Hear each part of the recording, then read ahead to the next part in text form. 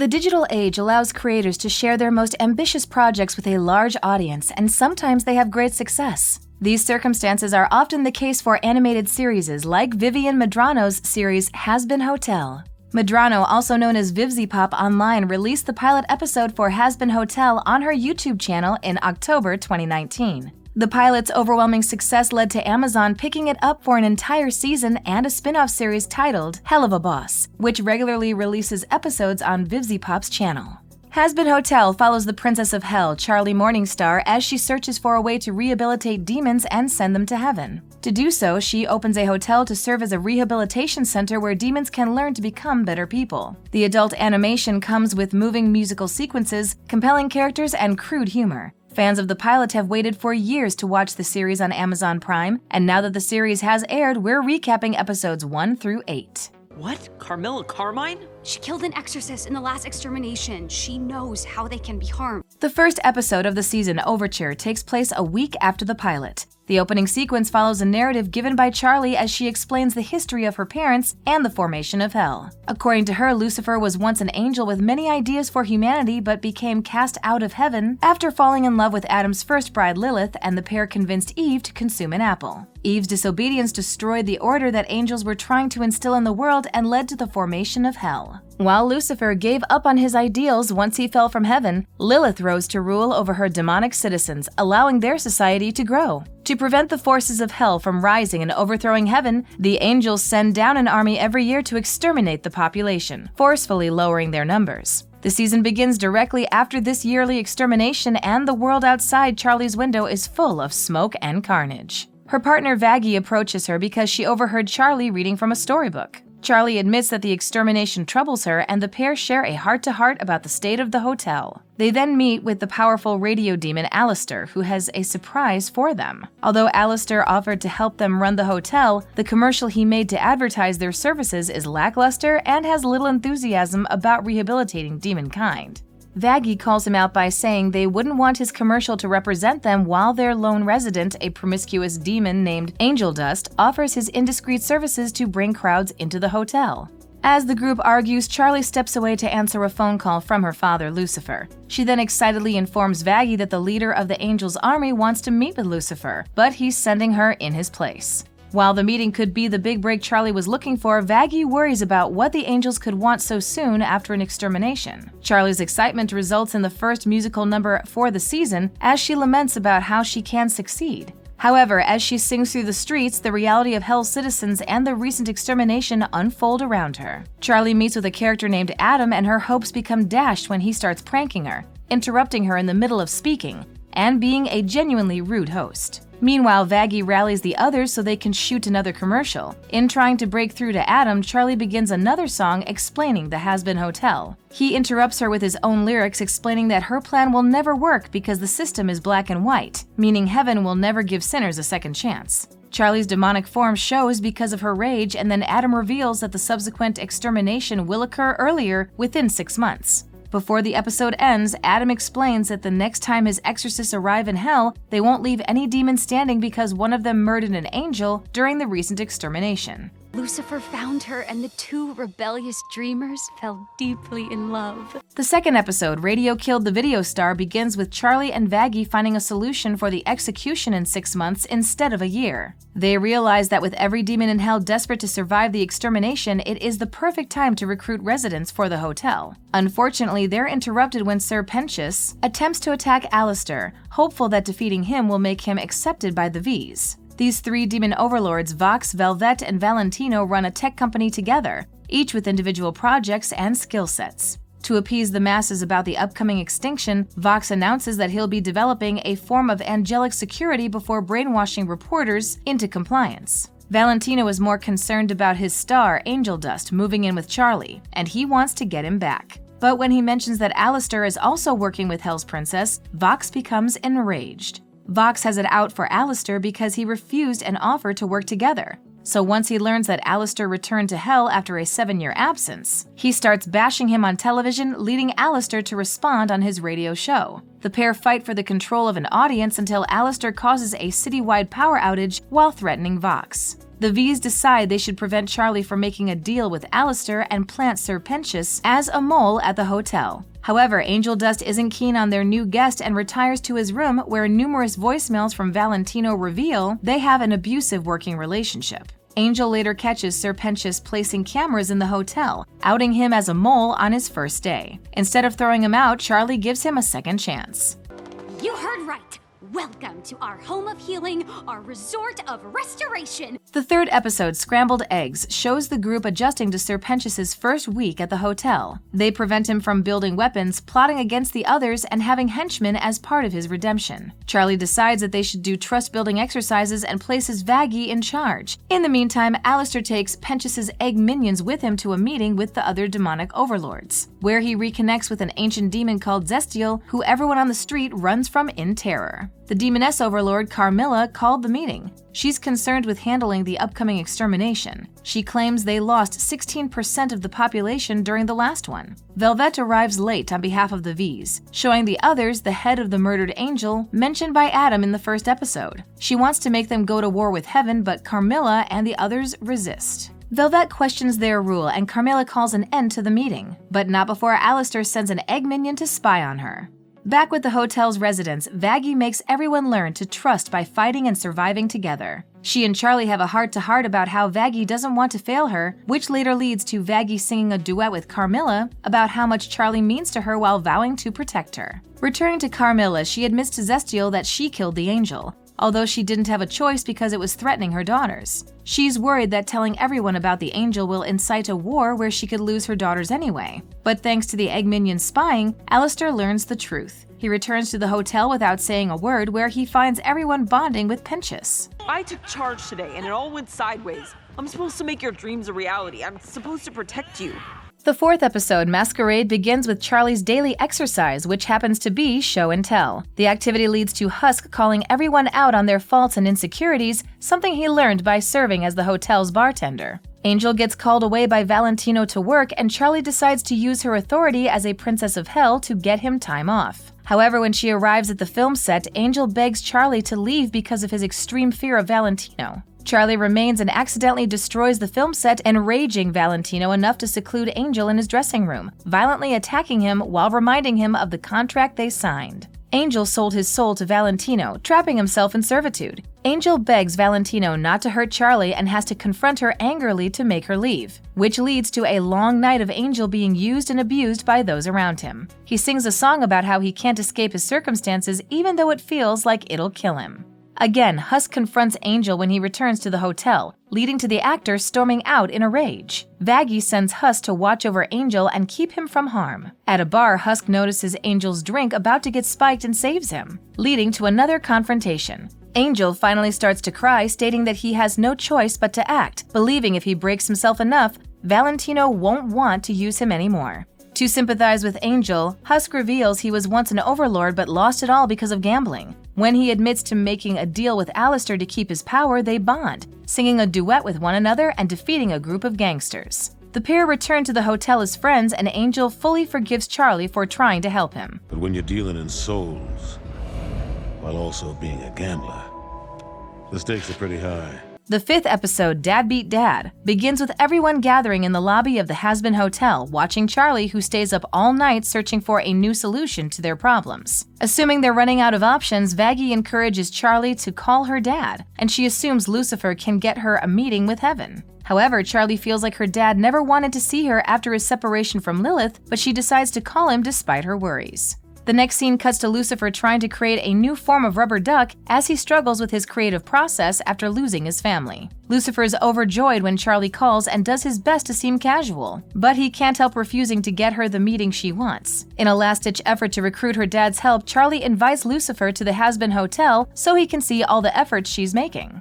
After Lucifer arrives at the hotel, his feud with Alistair begins. Lucifer hopes to convince Charlie she only needs his help. But Alistair reminds Charlie he's been there since day one and claims she's like the daughter he never had. The pair are interrupted by Alistair's old friend Mimsy, who arrives at the hotel to reconnect with Alistair. The pair knew each other in life and appeared on good terms, as Alistair joins Charlie in giving Lucifer a tour of the hotel. Mimsy greets Husk and Nifty like they're well acquainted before telling Angel Dust and Sir Pentious how Alistair became so powerful in hell. As the story goes, he would defeat other overlords and broadcast their screams over the radio to assert his power and role as the radio demon. Meanwhile, Husk stops Alistair from the tour to ask him about Mimsy because she only shows up when there's trouble and needs Alistair to protect her from something. Alistair tells him not to worry, but Husk insists, claiming he's been gone long enough that others may be willing to challenge him, especially since no one knows where he disappeared. He also declares that Alistair has made his own deal with someone more powerful, causing Alistair to lash out and threaten Husk, reminding him of his place. At the same time, Charlie asks for her dad's opinion about the hotel, and he tells her sinners shouldn't receive all her effort, because they had their chance at redemption and chose to use their free will poorly. As if to prove his point, loan sharks attack the hotel in search of Mimsy, as the hotel residents scramble to get somewhere safe. Alistair tells Vaggie to stand aside, wanting to defend the hotel and remind everyone why he's there, managing to defeat the loan sharks on his own. Lucifer tries to use Alistair's vicious attack as an example of why sinners can't be trusted, but Charlie tells him to stop, claiming that Alistair believes in her even though her father doesn't. When the battle finishes, Alistair prioritizes the hotel's safety by sending Mimsy away, but not before giving her the option to choose redemption. Lucifer and Charlie then sing a duet about how much they mean to each other, and despite their estranged relationship, they've always inspired each other. Charlie convinces Lucifer to believe in her dreams, and he promises to help her, including getting her a meeting with heaven. Charlie is excited for the opportunity, but the episode ends with Vaggie seeming worried. Dad, stop! He's defending this hotel! It may be a bit more sadistic than I'd hoped, but he's doing it for me. Episode 6, Welcome to Heaven, picks up where the last left off, as Charlie packs for her day trip to heaven. Vaggie tries to lie to get out of the trip but fails, with Charlie convincing her to come along for her support. Angel Dust then arrives home from a 16-hour shift with Valentino and is desperate for rest. However, he's interrupted by his friend Cherry Bomb bursting a hole through the hotel's wall, there to convince Angel to go on a night on the town. Charlie overhears Cherry Bomb's proposal and convinces her to take everyone in the hotel with them, believing they deserve a responsible night out while she's preoccupied in heaven. With a substantial payment to bribe her into compliance, Cherry Bomb agrees to take everyone with her and Angel before the portal to heaven opens for Charlie and Vaggie. They arrive at the gates of heaven where they meet St. Peter, who refuses to let them in, believing they must be lost. The Seraphims, Sarah and Emily, arrive to greet them, with Emily being much more enthusiastic about Charlie's arrival in heaven. The three angels give them a tour, showing them how much better heaven seems than hell. During this, they pass by Adam and Lute, who later meet with Sarah. She knows about the extermination and wants it to be kept secret from the other angels. She orders Adam to do whatever he can to stop the problem from worsening. When Charlie goes to the zoo with Emily, Adam and Lute arrive in the room she's staying in to threaten Vaggie. They reveal her origins as a former angel and exterminator. However, they took her wings and left her in hell after she refused to kill a sinner child. They request that Vaggie help them during the trial, or else they'll reveal the truth to Charlie. Charlie and Vaggie meet with a court of angels to prove sinners can have redemption, using angel dust as an example.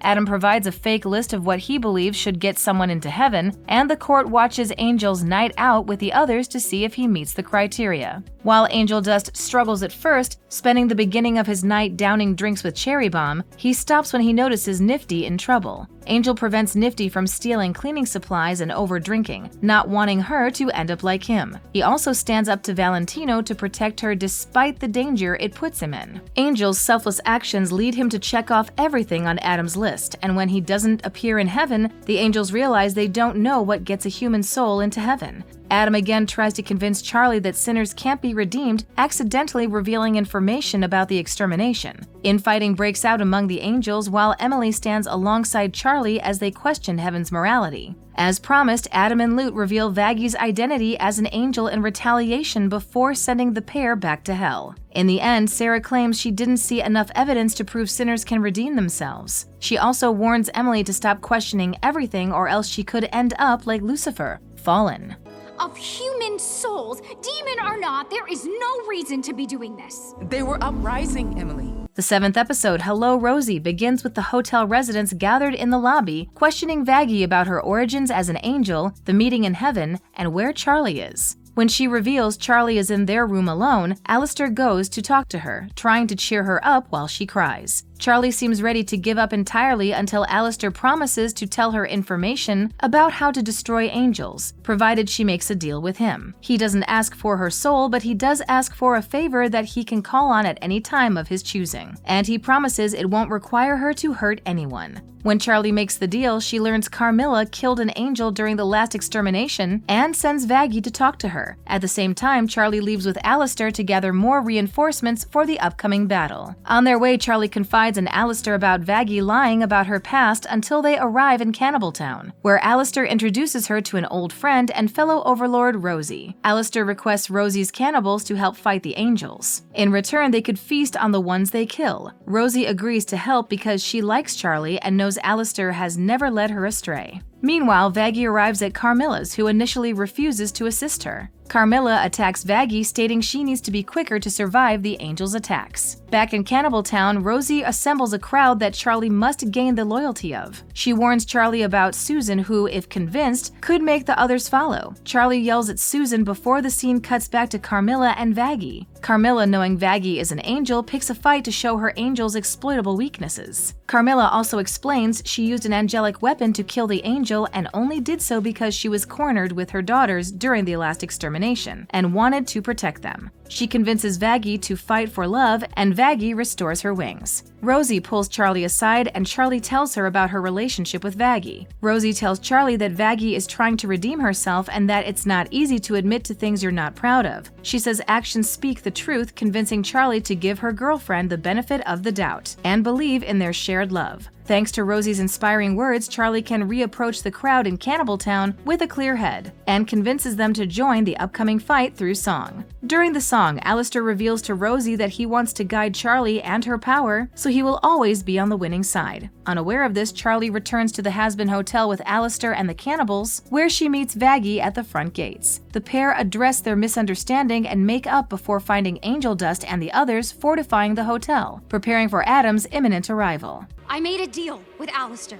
Charlie! Oh, calm down. She still owns her soul. The 8th and final episode, The Show Must Go On, begins with Vox spying on the Hazbin Hotel, making fun of them for planning to fight the angels. He's excited to watch Alistair and the others fail. Meanwhile, Charlie and the others prepare for battle, between training the cannibals and strengthening the hotel's defenses. Charlie gives an inspiring speech about how she expects them to win, but in case they don't, she tells them how honored she is to have known them all. The group gathers inside the hotel to celebrate and spend the night together, sharing drinks, stories, and heartfelt conversations. When Charlie goes missing from the celebration, Vaggie finds her crying in fear. She convinces Charlie that she's already succeeded in helping everyone who lives in the hotel, and if nothing else, she managed to save her. The couple share how much they love each other and end the night with a kiss. The following morning, Adam and Lute prepare the exorcist to attack the Hazbin Hotel. They have a personal goal of killing Vaggie, but when they arrive, they find a magical shield created by Alistair in their way. The few angels who made it through the shield begin fighting as Charlie's forces wield angelic weapons. Adam eventually breaks the shield and begins a one-on-one fight with Alistair. Alistair holds out for some time and manages to get a few hits in, but Adam ultimately harms Alistair enough to put him on the brink of death, resulting in the radio demon fleeing from the battle. Serpentius pulls Cherry Bomb to the side to declare his love for her before going to his death ray, using it to launch a direct attack on Adam. Unfortunately, he doesn't land a single blow before Adam kills him. Seeing her friend die for her, Charlie unleashes her demonic power, transforming herself alongside Razzle and Dazzle. She engages in a fight with Adam while Vaggie and Lute fight within the lobby of the hotel. Vaggie drops some of the buildings on Lute but allows her to live. To escape, Lute rips off her arm. Adam nearly defeats Charlie before Lucifer arrives to stop him. Lucifer defends his daughter and uses his angelic powers to help defeat Adam. Their fight leads to the Hazbin Hotel crumbling to the ground and Adam's near death by Lucifer's hand. However, Charlie convinces him to show mercy until a surprising turn of events results in Nifty delivering the killing blow. Lute orders the remaining exorcists to flee. In the aftermath of the battle, the news covers how Charlie and Lucifer managed to cancel the planned extermination. Charlie and the others recoup after, mourning Serpentius for his sacrifice. Charlie feels guilty for not doing better, leading Lucifer and the others to convince her to keep trying. In the final moments of the season, Charlie rebuilds the Hazbin Hotel. The V's plot to overcome the other overlords. Alistair reveals he's made a deal that restricts his freedom. Serpentius arrives in heaven, and Lute approaches Lilith on what appears to be a heavenly beach. She claims that Adam's death means Lilith's deal is over, and if she wants to remain in heaven, she'll have to stop Charlie. Your brat is threatening the very foundation of heaven. And if you want to stay here, you're going down there and stopping that. The first season of Hazbin Hotel has lived up to the hype presented by the pilot episode. It's funny, action-packed, and heart-wrenching at times. Charlie's goal to rehabilitate Hell is an uphill battle, but her endless optimism and can-do attitude make it easy to root for her. Everyone loves an underdog, and when the next season premieres, the audience will flock to their screens, eager to see what trouble Charlie and her friends get into next. He stopped Nifty from stealing, and he stuck it to that Mothman! Thanks for watching. If you enjoyed this video, be sure to hit that like button. Subscribe to our channel and turn on notifications to stay updated on our uploads. Can't afford me. Gross! I'd never think of it, Spider.